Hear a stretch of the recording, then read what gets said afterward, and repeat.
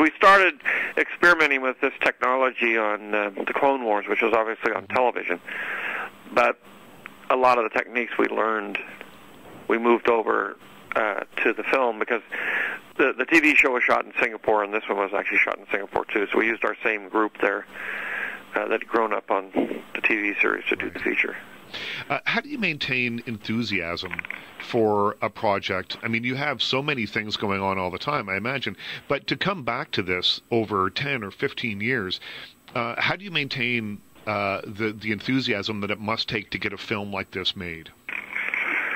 Well, for me, you know, I'm used to this. Mm-hmm. And it took me 20 years to do Red Tails. Wow. You know, and working on scripts, getting different directors, you know, going through that thing. This one wasn't like that, because it was just me, basically, me and about, I'd say, 12 other guys, working to develop characters, develop technology, and for me to develop how do you tell a story using these songs. Mm-hmm.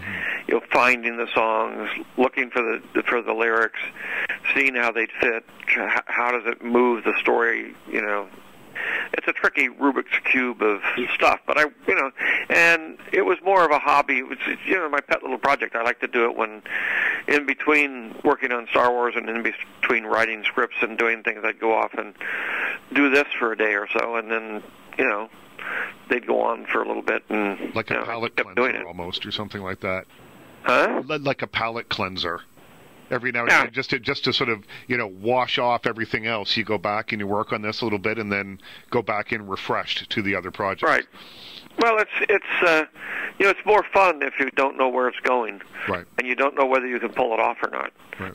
You know, because there was a lot of things in there that were tricky in the beginning.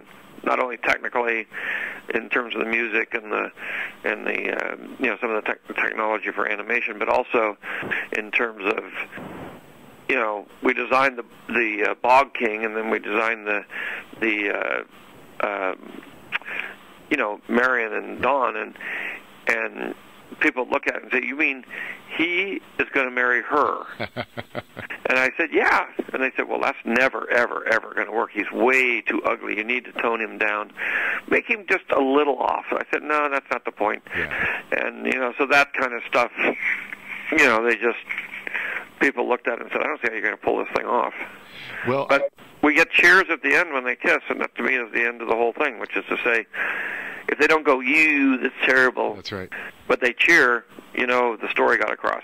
I think so. It's Beauty and the Beast. It's you know, it's beauty is only skin deep. There's all that, you know, all those things that come back flooding to you. Well, it's a classic fairy tale. Yeah. Just like Star Wars is classic mythology, this is classic fairy tales, and it's like, you know, again, it's a story that's been told over and over and over again, but every generation needs to have it told in their own language, because especially for like this, in terms of adolescence, you know, that's the biggest problem they have, is between infatuation, which is pixie dust and, you know, mm-hmm. only surface, and real love. And obviously there's a lot of pixie dust floating around nowadays, and if you fall into that, you're just going to get hurt, because 9 times out of 10, those people don't have the depth to carry on a long-term relationship. And you need to know that you're really looking for something more than just good looks. What's in the movie plays that out beautifully. I'm interested to know about the design. You mentioned the design of the Bog King. Was there... because I think families will enjoy this movie, but little kids will be there. Is there some worry that they might be scared by the Bog King? Did you tone him down, or did you say, you know what, kids are capable of dealing with more dark stuff than we think they are? Well, I know they're capable of dealing with it. This isn't any worse than Anakin Skywalker crawling out of the volcano, burning, right? Which is about as tough as it ever gets in Star Wars, but people still, you know, or Luke getting his hand cut off or something. But because kids are not as fragile as you think they are, and all of this stuff, and you know, warps their brains and does all this. I'm not sure about that. I mean, there's a certain reality to imitative violence, which is monkey see, monkey do, and that's dangerous. But at the same time, it's basically a well-brought-up kid doesn't fall into that. You know, they know enough, depending on what their ages are and everything. But also, if you see the movie with your parent, they can explain to you, don't try that at home.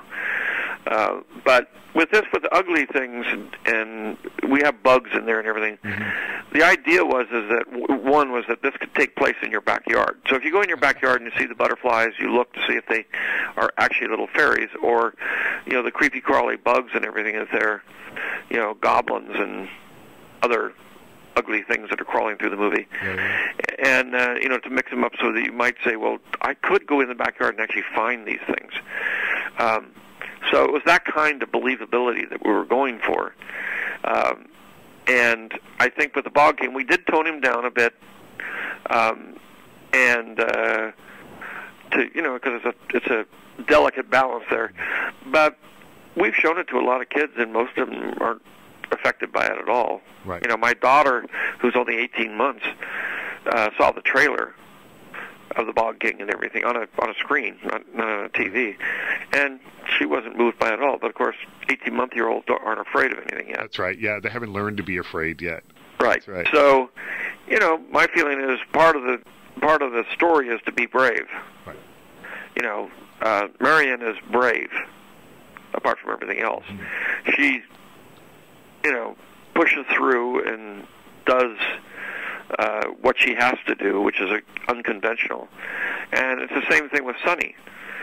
And his difference is he's afraid, but he's still brave. Right. He still goes and does it, even though he's scared to death. She's not that scared to death. She's just, a solid brave. But that's part of the story. And, if it's been my experiences with my kids that if you sense something coming up, there's only about 3 places in the movie that are bothersome. You just put your hand over their eyes. Right. Right. And usually they're faster doing it than you are. And the thing about the Bog King is, once you get into it, you're after the first third, where he's the bad guy, and he starts to soften up. Once she sings "Sugar by Honey Bunch," it's over. Yeah. Because he's not this horrible thing anymore. He's kind of funny. Well, I think that there are clues to that as well. I mean, the people around him are kind of inept.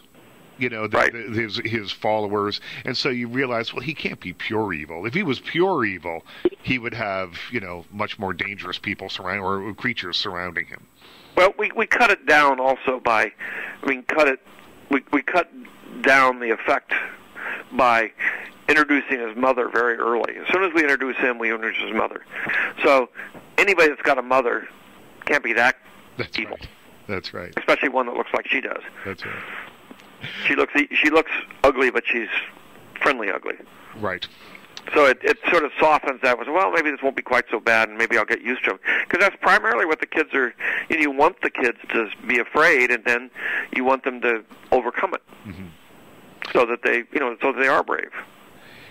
And final question. I'm keeping you here for quite a while. I just wanted to ask about the music. I love how in the film you have traditional love songs that Marianne might sing and that sort of thing, and then things change as the movie goes along. And I thought it was really clever and really funny that when the war procession is coming along and this sort of motley crew is coming along, that the music that they're marching to is Bad Romance.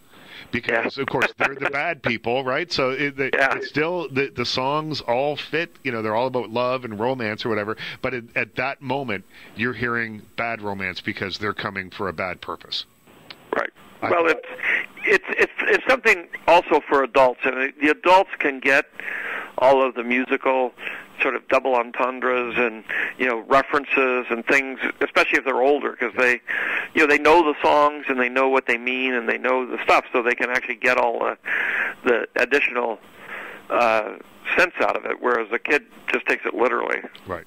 But it's still, hopefully it's fun. I mean, again, I had a lot of fun making it, and the idea was to let people have a lot of fun looking at it. And I think they will. I do think they will.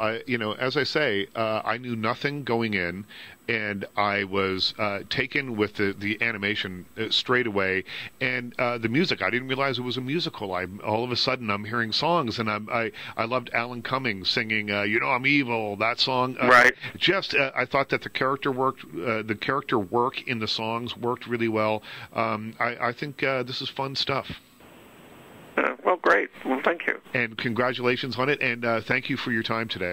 I really appreciate it. Okay. Well, thank you. All right. Thank you, Mr. Lucas. Right. Bye now. Bye-bye.